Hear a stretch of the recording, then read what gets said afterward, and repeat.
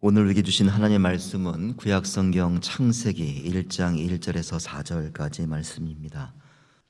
태초에 하나님이 천지를 창조하시니라.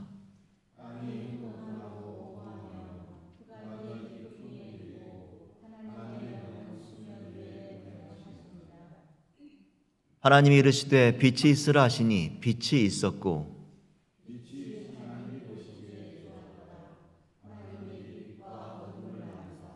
아멘.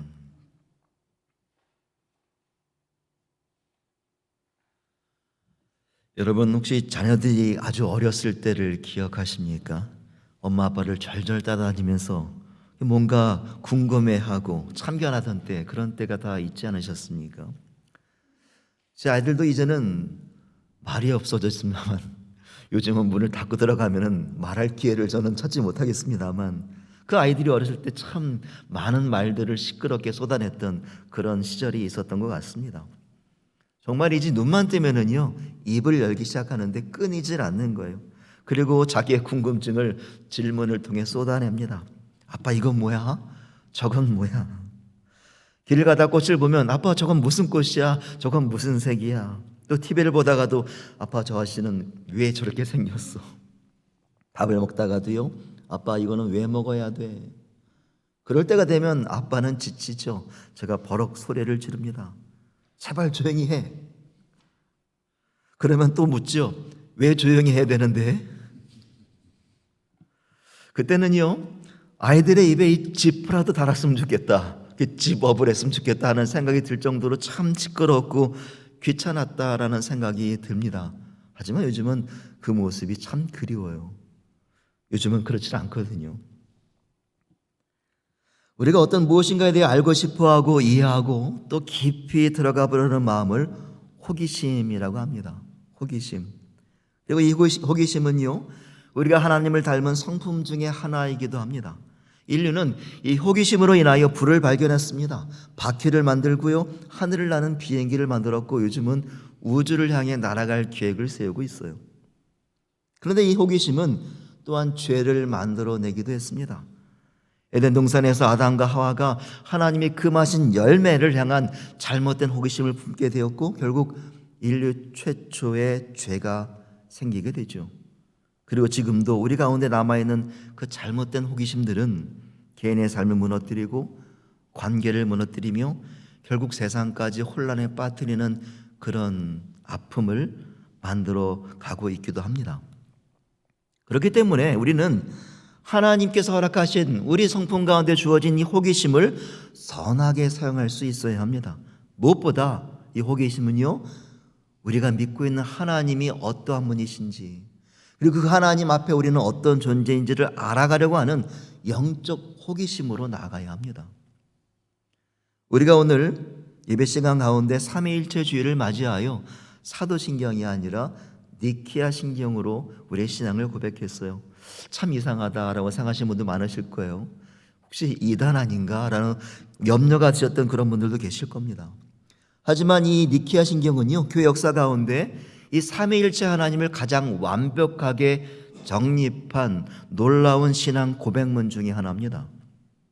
이 신앙 고백문이 교회 역사 속에서 필요했던 이유는 분명합니다. 당시 하나님과 예수님, 성령님에 대한 잘못된 이단 사상이 교회를 흔들고 있었던 때에 우리가 믿는 하나님을 올바르게 이해할 수 있는 공통된 신앙 고백이 절실했기 때문이라는 거죠. 그래서 서기 325년 니케아 공의회를 통해 제정된 공통된 신앙 고백문이 바로 이 니케아 신경이라는 것입니다. 그러니까 우리 믿음의 선배들은 이 니케아 신경을 통하여 우리가 믿는 하나님이 도대체 어떠한 분이신지를 더 깊이 이해하려고 몸부림쳤다라는 것이지요. 더 깊이 알고 싶어서, 더 깊이 믿고 싶어서 말이죠. 물론 이 성부, 성자, 성령 각각의 세 위격이 구별되지만 동시에 한 분이시다라는 이 삼위일체라는 고백이 우리에게도 여전히 어려운 고백입니다. 이해할 수가 없는 그런 교리 중에 하나예요. 하지만 2000년 교회 역사 속에서 하나님을 더 깊이 알고 싶어 했던 믿음의 사람들이 가졌던 그 거룩한 영적 호기심의 위대한 결과인 것만은 분명해 보입니다. 오늘 우리는 그 삼위일체 하나님이 함께 역사하시는 너무나 잘 알고 있는 이야기, 창조 사건으로 관심을 가져보려고 합니다. 이 말씀을 통하여 세 분 하나님의 동역하심이 어떻게 일어났는지, 그리고 그 세 분 하나님이 우리 삶 가운데서 어떻게 역사하시고 계시는지를 더 깊이 이해해보고 깨달아보면서 우리 삶 속에서 일어나시는 하나님의 귀한 보살피심을 다시 한번 경험하고 또 결단하고 또 의지하는 거룩한 시간이 되기를 간절히 원합니다. 가장 먼저 우리는 이 창조 사건 속에서 하나님, 성부 하나님을 발견해야 합니다. 우리 1절 말씀, 다시는 말씀이죠. 다시 한번 읽겠습니다. 태초에 하나님이 천지를 창조하시니라. 태초에 하나님이 천지를 창조하시니라.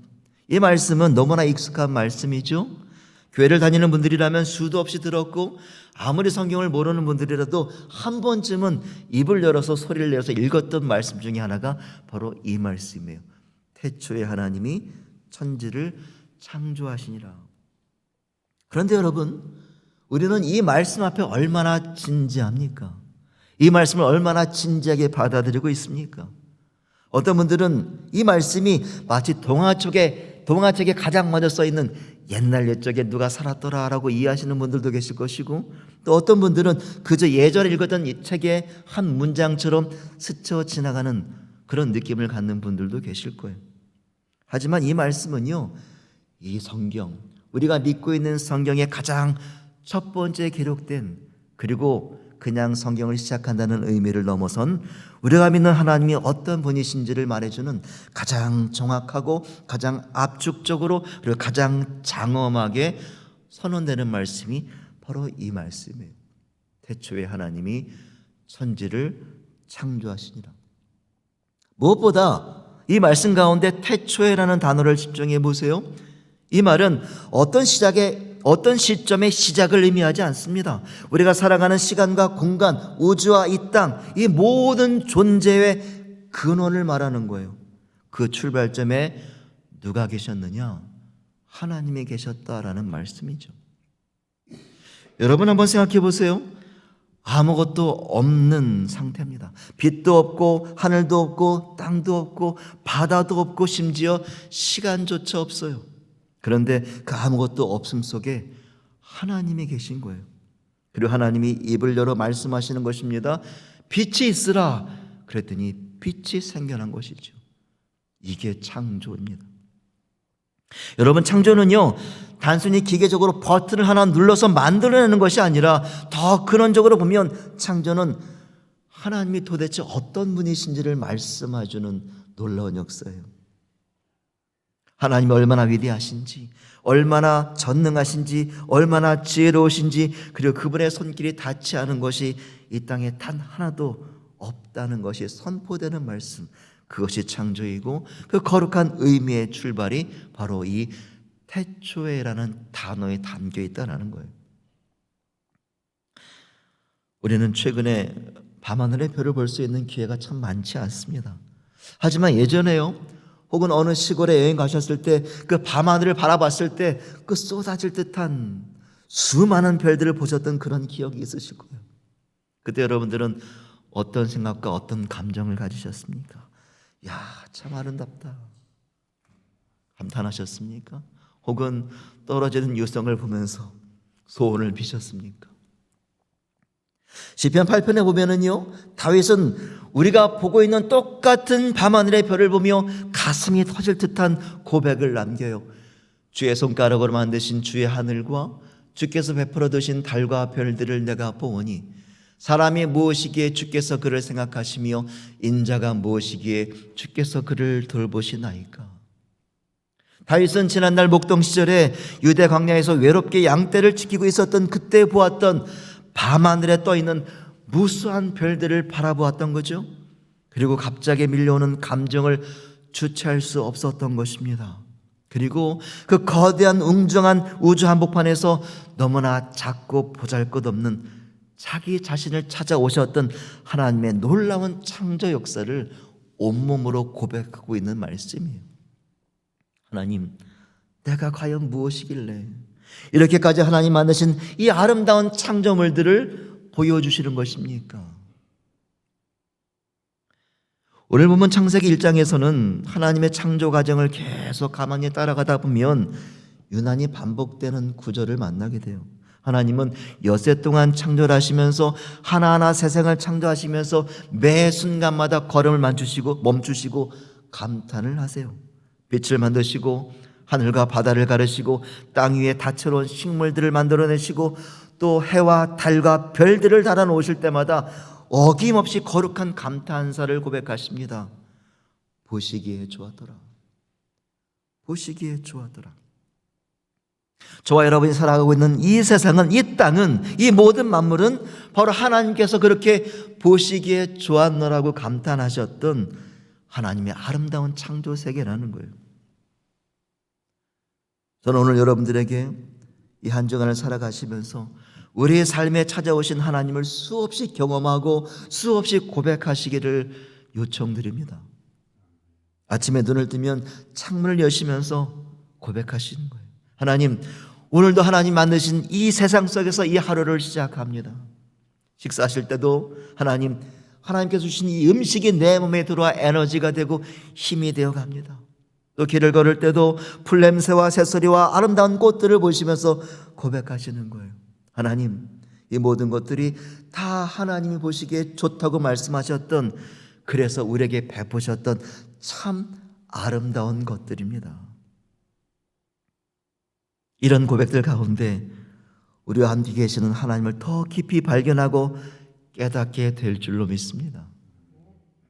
이 한 주간 우리 일상 속에서 그런 하나님의 놀라운 수많은 그 손때 묻은 창조 역사들을 수도 없이 경험하시기를 간절히 축원합니다.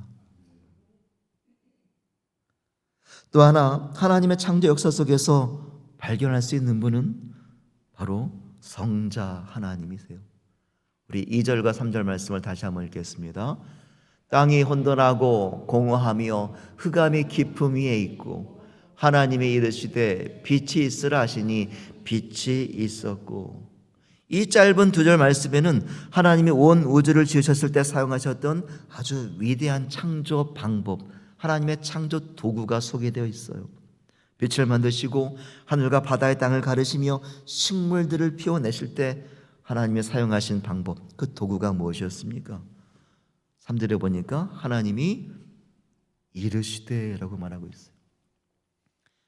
예전에 한글 개역 성경에는 이르시되라는 말 대신에 어떤 단어가 들어갔죠? 하나님이 가라사대라고 써 있지 않았습니까? 하나님 가라사대, 하나님 가라사대, 하나님 이르시되, 이것이 바로 하나님이 이 땅의 모든 만물들을 만들어내셨던 방법이었다는 거예요. 말씀하셨다는 거죠. 하나님이 말씀하셨다. 하나님의 빛이 있으라 말씀하셨을 때 빛이 생겼고, 궁창이 있으리라 말씀하셨을 때 광활한 하늘이 세워졌다라는 거예요. 이 세상의 모든 것들은 하나님의 말씀으로 빚어지고 채워지고 세워진 것이죠. 그런데 요한복음 1장에 보게 되면 사도 요한은 그 말씀이 누구이신지를 우리에게 분명하게 밝혀줍니다. 우리 요한복음 1장 1절에서 3절까지 말씀 함께 읽겠습니다. 태초에 말씀이 계시니라. 이 말씀이 하나님과 함께 계셨으니 이 말씀은 곧 하나님이시니라. 그가 태초에 하나님과 함께 계셨고 만물과 그로 말미암아 지은 바 되었으니. 사도 요한은 이 말씀에서 하나님이 태초에 이 창조를 하실 때 함께 계셨던 분을 누구로 소개하고 있느냐 하면 바로 예수 그리스도라고 분명히 밝히고 있는 거예요. 성부 하나님의 창조의 손길에는 성자 하나님이신 예수 그리스도가 말씀으로 함께 하셨다는 것입니다. 그런데 중요한 것은 이 말씀이 선포되기 전의 상태가 성경에 소개되고 있다는 거죠. 성경은 그 상태를 3가지로 설명합니다. 그곳에는 형태도 없이 완전히 깨어지고 부서진 폐허 상태, 혼돈이었다는 거예요. 그리고 또한 그곳에는 생명의 흔적이 전혀 없는 쓸쓸하고 거친 황무지의 상태, 공허였으며, 또한 한 치 앞도 분간할 수 없는 깊고 절망적인 상태, 어두움, 바로 흑암이었더라라는 거죠. 그런데 그 혼돈과 공허와 흑암의 상태에서 말씀이신 예수 그리스도가 개입하는 순간 놀라운 일이 생겨났다라는 것입니다. 질서가 잡히고 아름다운 형태가 생겨나고 찬란한 빛과 풍성한 생명이 태어나게 되었습니다. 그것이 바로 성자 하나님 예수 그리스도의 권능의 창조 사역이었다라는 것이죠. 우리의 삶도 크게 다르지 않습니다. 겉으로는 괜찮아 보이지만 실제로는 무너지는 영역들이 있죠. 정리가 되지 않은 삶의 문제들이 있고 아무리 채워도 채워지지 않는 공허함이 있고 또 앞이 보이지 않는 어둠 속을 걷는 것 같은 흑암의 시간들이 있습니다. 지금 여러분들이 마주하고 있는 그 혼돈과 공허와 흑암은 무엇입니까? 건강입니까? 자녀입니까? 일터입니까? 내일의 미래입니까? 아니면 나의 믿음의 상태입니까? 혹시 그러한 어둠 속에 계시다면 예수 그리스도의 말씀이 우리 삶에 강하고 담대하게 선포되어야 할 줄로 믿습니다. 주님, 내 삶에 말씀해 주옵소서. 빛이 있으라 말씀해 주옵소서. 무너진 이 삶에 다시 질서를 세워 주옵소서. 공허한 내 마음에 생명을 채워 주옵소서. 사랑하는 여러분, 말씀이 내 삶에 들어오면 달라집니다. 예수 그리스도의 말씀이 내 삶의 중심에 계시면 보이지 않던 길이 보이기 시작하고 무너졌던 삶이 세워지기 시작하며 공허했던 마음이 채워지기 시작하는 것입니다. 예수님의 말씀을 붙드십시오. 그리고 그 말씀이 내 삶의 모든 일상에 선포되게 하십시오. 내 안에서 역사하신 예수 그리스도의 말씀이 내 영혼의 모든 깨어진 폐허와 쓸쓸한 황무지를 모두 치유하시고 새날을 향한 찬란한 빛을 비추실 줄로 믿습니다. 성자 하나님의 위대한 역사가 저 여러분의 하루하루를 책임져 주시기를 간절히 축원합니다. 마지막으로 우리가 하나님의 창조 역사 속에 숨어 있는 성령 하나님을 발견할 수 있어야 합니다. 우리 2절 말씀도 함께 읽겠습니다. 땅이 혼돈하고 공허하며 흑암이 깊음 위에 있고 하나님의 영은 수면 위에 운행하시니라. 이 말씀을 자세히 보시면 아직 혼돈과 공허와 흑암이 가득한 그 거칠고 두려운 수면 위를 하나님의 영, 성령님이 운행하시니라 라고 말씀하고 있습니다. 운행하시니라. 여기서 운행하다라는 말은 그냥 비행기나 이 드론이 하늘을 이렇게 쫙 날아가는 그런 움직임을 말하는 것이 아니에요. 운행하다는 말은 히브리어로 라하프라고 하는데 신명기 32장에 보게 되면 이 라하프가 무슨 뜻인지를 아주 너무나 정확히 생생하게 표현해 줍니다. 이 말씀을 보면 어미 독수리가요 자기의 새끼들을 그 둥지에 있는 새끼들을 보호하기 위하여 둥지 위를 맴도는데 자신의 커다란 날개를 활짝 펴서 그 새끼들을 온몸으로 덮고 보호하며 날아가고 있는 그 모습이 여기서는 너풀거리다라고 번역했는데 그 말씀이 바로 라프, 운행하다라는 뜻이라는 거예요. 저희 아이들이 3살쯤 되었을 때인데 그 워터파크에 간 적이 있습니다. 거기 가면 그 높은 곳에서 물이 쫙 내려오면서 그 물을 타고 미끄럼틀을 타고 내려오는 그런 워터 슬라이드가 있지 않습니까? 저희 아이들이 그걸 타고 노는 것을 좋아했는데 저 아이들은 그 꼭대기에서 물을 타고 쫙 미끄럼틀을 타고 내려오면 저는 밑에서 사진을 찍어주고 즐거워하는 그런 시간이 있었어요. 그런데 내려오는 속도와 또 물의 깊이가 있다 보니까 이 아이가 딱 착륙할 때쯤 되면 중심을 잡지 못하고 물에 빠지기가 십상이죠. 저는 그 모습이 그렇게 재미있는 거예요. 그 조그만 아이가 얕은 물가에서 자리를 제대로 잡지 못하고 그냥 물로 첨벙 빠지는데 아이는 괴로워했는지 모르겠습니다만 저는 그 모습을 보면서 그렇게 즐거워하고 배꼽 잡아 웃었던 그런 기억이 납니다. 그런데 계속 그 모습을 지켜보다 보니까 한 아주머니의 모습을 보게 되었는데 그 아주머니는 자기 아이가 착 내려올 때 있는 힘껏 팔을 쫙 펼치더니 그 아이를 기다리고 있는 모습이더라는 거예요. 그런데 그 아이가 자기 엄마의 품으로 쏙 들어가더라는 거죠.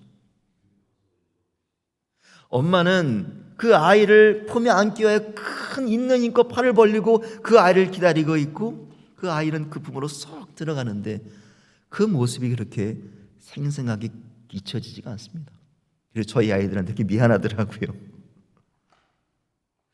아마도 오늘 이 본문에서 말하고 있는 성령님의 라프, 이 운행하심이 그렇지 않을까 한번 생각해 보게 됩니다.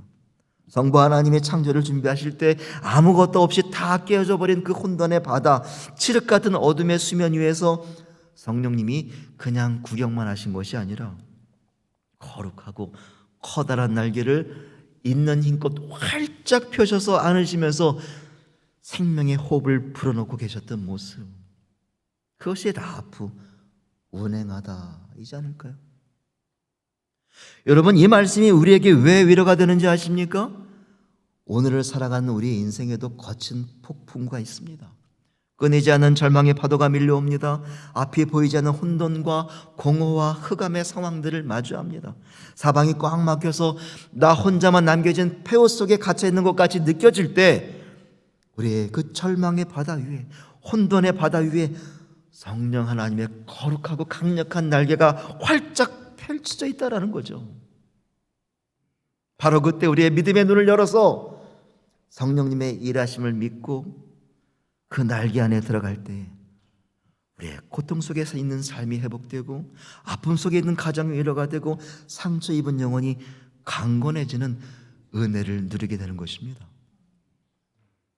사랑하는 여러분, 보이지 않는다고 해서 우리 하나님이 일하지 않으시는 것이 아닙니다. 느껴지지 않는다고 해서 하나님이 떠나신 것이 아닙니다. 성령 하나님은 지금도 저 여러분의 그 삶 위에서 운행하고 계시는 줄 믿습니다. 품고 계시죠. 그리고 우리의 삶을 하나님 보시기에 좋은 모습으로 돌보시고 지켜주시며 만들고 가고 계시는 줄 믿습니다. 성령님의 모습이에요. 말씀을 마무리합니다. 오늘 우리는 삼위일체 하나님, 성부와 성자와 성령 하나님이 함께 이루셨던 창조의 역사를 창세기 1장을 통해서 살펴보았습니다. 그리고 이 창세기 1장 26절에서는 이 창조의 마지막에 소개되고 있어요.